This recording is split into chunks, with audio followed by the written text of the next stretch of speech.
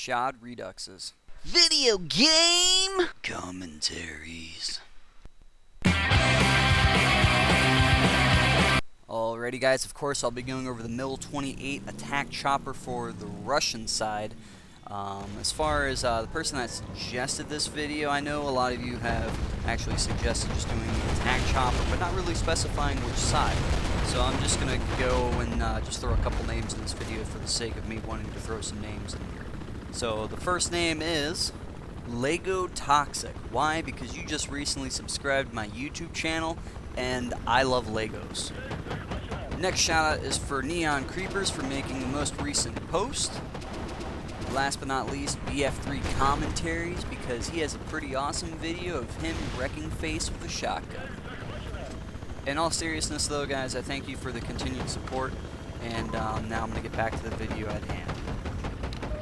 Of course the video that I'm doing right now is about the Mil-28 attack chopper. Obviously the Mil is the attack chopper that is on the RU side, which is the Russian side. I do have the training points in the equipment expertise maxed out for the helicopter's stats, so I'm just going to do as brief of an explanation of each one that I have maxed out and what it does for you. The first training point area that I have maxed out is the helicopter piloting, which if you put at least one training point in, you will be able to fly the helicopters. But if you put the additional 2 in there, making a max of 3, it reduces the reload time of your primary rockets by 10 seconds.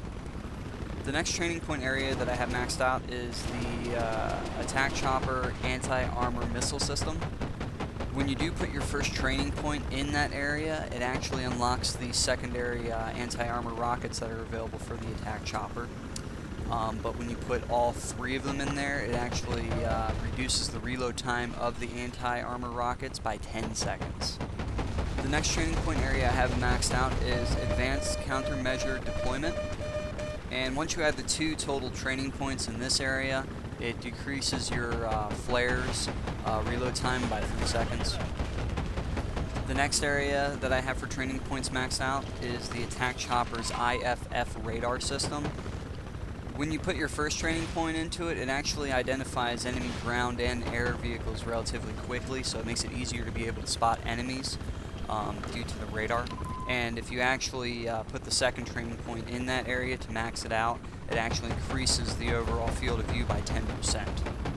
So just to put it in a little bit more basic terms, what that essentially means is for your enemies, when you're close enough, they will be targeted with little orange triangles, meaning that there's an enemy right there. And for your friendlies, they'll have orange X's around them so you can see what to shoot and what not to shoot, so to speak. The last training point area is the ground crew support, and I have this all the way maxed out. What this essentially does is when you fly back to your base and go hover around your helipad, of course you regenerate health over time. But when you have it maxed out in that training point area for ground crew support, it increases that to 20% more over that time. So you know, it's really good to have that in there because it'll help you heal up a lot faster when you fly back. Once you have all those training points maxed out for your helicopter in the equipment expertise, you will be one bad mamma jamma in the sky. The first weapon I'm going to go over with you in the Mil is the rockets. The total amount of starting rockets you get with the Mil is 15. And you have an unlimited amount of rockets, it just takes some time to reload after you deplete them. The rockets are great for all types of various combat scenarios, whether you're taking out another enemy chopper, support chopper, or just gunning down some infantry units. The rockets also have relatively high splash damage, which means if you don't hit your target dead on, you can still take them out with the explosion radius quite easily. This is kind of like a side note with the rockets, maybe a little bit of a did you know type thing. When you actually launch the rockets, and if you're aiming at infantry units, if you manage to hit an infantry unit in the head, it will count as a headshot, so that'll help giving you some additional points there as well. The rocket's damage on ground vehicles really depends on the vehicle you're aiming at. If you're actually going for cars, it usually destroys a car in about maybe, I would say 2 rockets on average, maybe 3, depending if it's a heavier, you know, attack vehicle.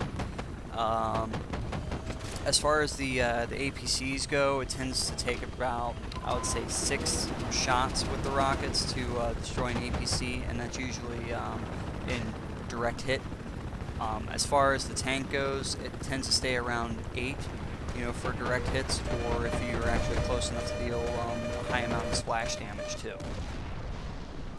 As far as attacking air units with the rockets, the damage of course varies there as well.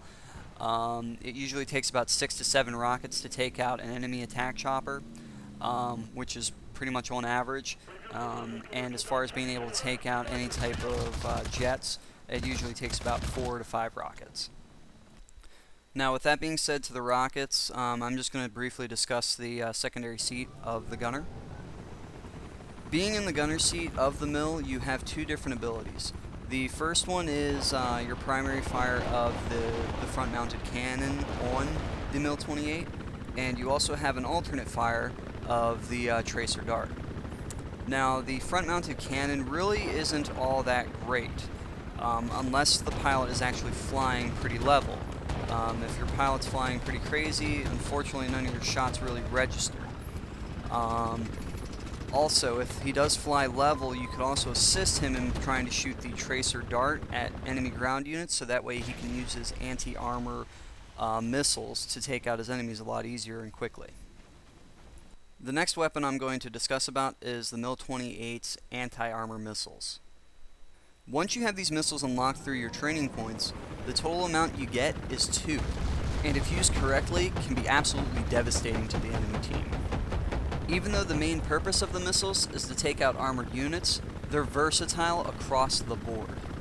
The way these missiles normally work is if there's an enemy armor unit that's actually tracer darted, the missiles, if fired, both of them will go directly to the unit that's tracered and destroy them. For the light vehicles, such as any of the cars, it only takes 1 direct hit with the anti-armor missile to destroy it. With the medium and heavy armored units, it only takes 2 of the missiles to completely destroy it. The other great thing about the anti-armor missiles is it has a really big and really potent damage radius. So if you find yourself close enough to a group of infantry units that are relatively close in that same vicinity, by relatively close I mean about 7 to 10 meters from each other, just launch a rocket in between the entire group and you will kill them all in 1 hit of the anti-armor missile. Just a bit of an advanced tip for the anti-armor missiles: if there's anybody on the field that's actually tracer darted first, those missiles are going to go directly for that enemy. When you first launch out the anti-armor missiles, it takes about 30 meters before they actually start going towards the tracer darted target. So let's say if you find a group of enemies that are infantry that are within 30 meters, of course you would want to use the anti-armor missile and fire it, and it'll still hit there rather than go to the tracer darted enemy. So just keep that in mind when using the anti-armor missiles. Of course, the last thing I'm going to talk about is the flares for the Mil-28. As far as the use for the flares is if you hear anybody locking onto you, you usually hear like a series of beeps that's just like beep, beep, beep, beep, and then you'll hear it just go faster, meaning that there's a rocket actually coming towards you. So instead of trying to dodge it and pull some fancy schmancy twirling maneuvers, you have the flares to disengage the lock-on. Of course, there's 2 different types of lock-ons that you'll hear. One sounds more of like a submarine alarm, and one sounds more like the beeps that I just recreated. The one that sounds like a submarine alarm is actually one where somebody's locking onto you with the infantry rockets because you've been tracer darted, or with the TOW missile launcher. If somebody's locked onto you with the infantry rockets through tracer dart, you can deploy your flares and it will totally negate those rockets from hitting you. However, the TOW rocket launcher, of course, is manually guided, so that you can't do nothing about but run away or try and dodge it as best as you can. Now, the other sound of beeps that you'll hear more commonly are the ones that are in regards to heat-seeking missiles, which gives it 2 sets. You'll hear the initial "I've spotted you" lock-on set, which is, like I said, the beep, beep, beep, beep, and then you'll have the final set, which is the beep with the kind of alarm going off in the background, meaning that the missile is on its way towards you. So once you hear those second series of beeps, that's when you want to go ahead and deploy your flare, so that way the missiles will not hit you. The Mil-28 amount of health is 800, so that is quite a bit of large amount of health for a vehicle in this game. So just keep that in mind, it's actually only 200 away from the tank.